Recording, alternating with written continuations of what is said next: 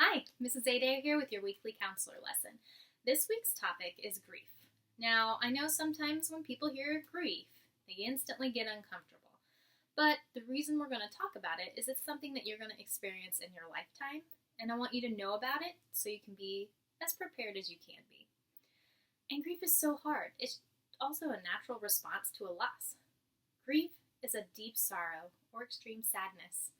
A lot of people think you only experience grief from someone you love dying, but it could be so many other things, like the loss of a school year, since it got canceled and you're missing out on all the fun end-of-the-year activities and connections. It could be your parents getting a divorce. Maybe you aren't friends with somebody anymore. Maybe you're moving and your house is for sale. Maybe you're graduating from 5th grade without those extra celebrations that you were expecting. All of those are a loss. So even a subtle loss in life can trigger a sense of grief. So whatever you lost, it was significant to you. And I want you to know that it's normal to feel sad or angry or guilty or any feeling about the loss you're experiencing. With grief or extreme sadness, when you first hear the news, you might be in shock or disbelief. I know when I heard that school was canceled for the rest of the year, I couldn't believe it and I was in shock. I couldn't talk for a while because I needed to think about what was going on. I kept asking myself, is this real or is somebody just playing a really big prank on the state of Kansas?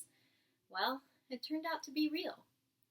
And sometimes you might also feel guilt or regret because you did or didn't do something.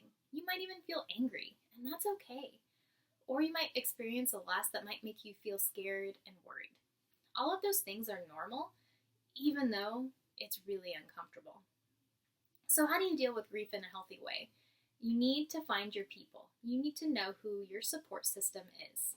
You need to also let yourself feel your feelings, which can be hard for some people to do. Some people think that their pain's just going to go away faster if you just kind of stuff it down and ignore it. But if you do that, you're eventually going to explode, like a pop can when it's shaken up. You get to grieve at your own pace. You might cry or not cry, and that's normal. But I want you to know that you don't have to put on a brave face. You're allowed to be upset. You're allowed to feel your feelings, and you're allowed to cry. And really, crying is actually really healthy for you. And I also want you to know, even if it's hard and you feel guilty or uncomfortable, it's okay to have fun and smile and be happy. We're all going to handle grief in different ways. So the way I grieve versus the way the people I love grieve versus the way that you grieve is going to look different, and that's normal.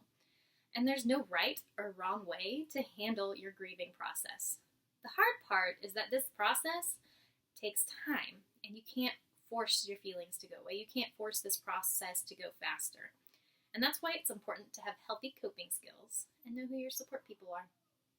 Grief is a very powerful feeling, but so are you. So one thing I like to do when I grieve is to get crafty and make memory pages. You can use pictures, paint, crayon, markers, really anything that brings you joy. And if you aren't an artsy person, maybe you make a list or listen to music that speaks to you, play an instrument. The possibilities are really endless. You just have to figure out what works for you.